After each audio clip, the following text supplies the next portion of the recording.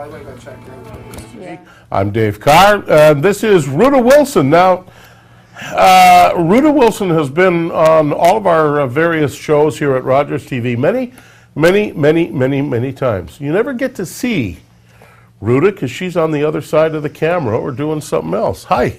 Hi. Ruta's one of our volunteers here at Rogers TV. What do you do? Camera. I've done a little bit of the work inside the truck, but that's beyond me. My son volunteers too, Okay. so I let him do the technical stuff. Okay. How long have you been volunteering? I don't know, 6-8 months or so now. I'm just going in a different direction for a second. Why do you volunteer? Keeps me out of trouble. Okay, see, that's a good reason for you to come. You like it? I do. You fun? It's fun. You learn stuff, don't you? You do. Yeah, you're watching all these shows and from behind the camera, you say, "Oh, I never knew that," and that is kind of cool. But that's not why you're here. Although we'll say if you want to volunteer with Rogers TV, you can, and you know, Ruta's just one of many people who volunteer here. But you know, when you are out on the street, you seem to be picking up pieces of metal and making them into things. You're a sculptor. I am. Wow. How did you get into this? And we'll talk about some of these pieces, but Well, I'm originally from Toronto, and at one point in my career, I was working down at the Sky Dome on the site while they were building it. you were on construction? On construction, well, for the architects and engineers. I Yeah. was not in construction. Okay. but I was kind of keeping them in line. Okay. And I saw there was so much metal and just wasted stuff kicking around on the site. Just scrap so- lying around. Yeah, and one of the schools, or I think it might have been the Learning Annex or whatever, was offering a art metal class, and I thought, oh, okay, well, I'll drag some of this rebar Yeah. to this class, and I dragged some down, and they had some really unusual shapes, and I put it together, and actually my first piece was a coat rack that stands about yay high, and I'm telling you, you can put 20 coats on there, it doesn't fall over. So You still have it. I still have it. You It's still been use coming it. along with me every place I move to. That is and, cool.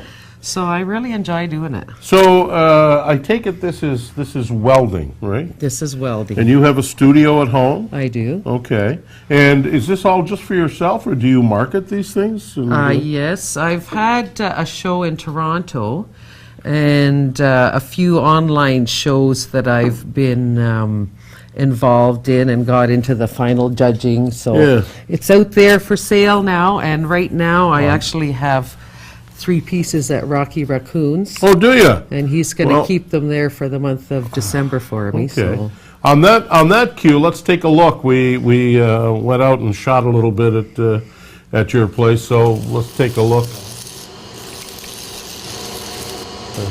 So what's going on? This is you working. this is me working, trying to get a spark. Sometimes there's a little difficulty when you don't have a proper ground. Yeah. So when you don't have a ground, you don't get any spark. All right.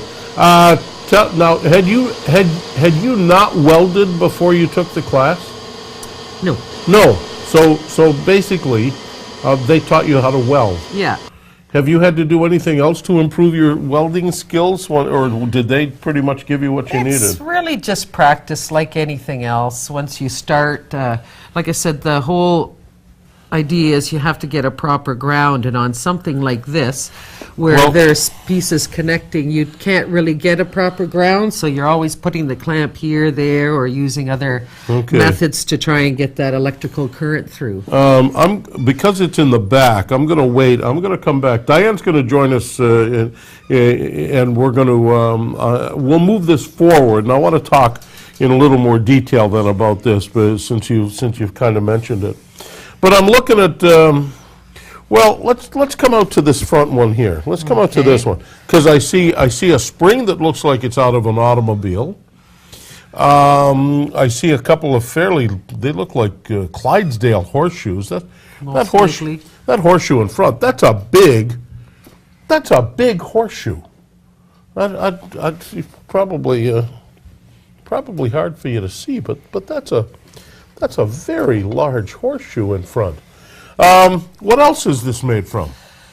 Well, this is from a fence, topping from a fence. Okay, yeah. This here Oh, it moves, apparently is, I think this is like a clamp for sharpening those big long saw blades. Okay. That's what I was told. I don't Okay, know what half alright. of the things are that I use, but on occasion someone said, oh, that's so-and-so. Okay, now, does that have a name?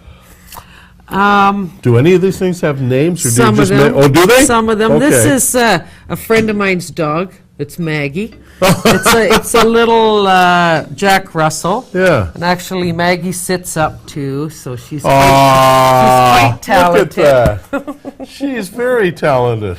Ah, and her head moves. I And her noticed head moves. Yes, and, a lot of the pieces have moving parts, just because they were working in order, so I just thought I'd leave them that way. Okay. I'm going to do this and the two pieces that incorporate glass until Diane gets in here. Tell me about this very briefly. We've got less than a minute. Okay, well, this is a scorpion. He's made from a jack. And, okay. Made from a car jack. some kind of a wrench or something like that. Yeah. Sometimes when I get stuck with the parts, I actually Google the insect or animal that I'm working on and go, oh yeah, it needs something A else. C-clamp. Yeah. A couple of springs. Yeah. Not sure with these screws. They're the legs. The They're legs yeah, are just made out of big bolts. yeah. Yeah. That is just. That's a scorpion. It's a scorpion. That is cool. Now, that doesn't necessarily move, but different pieces do. Yeah. Okay, tell you what's going to happen. Diane's going to come in and join us as well, and we're going to go through a few more of these. We've even got one back here we haven't put up yet, so we'll switch a couple of things around. Ruta Wilson, sculptor on Daytime on Rogers TV. More to come.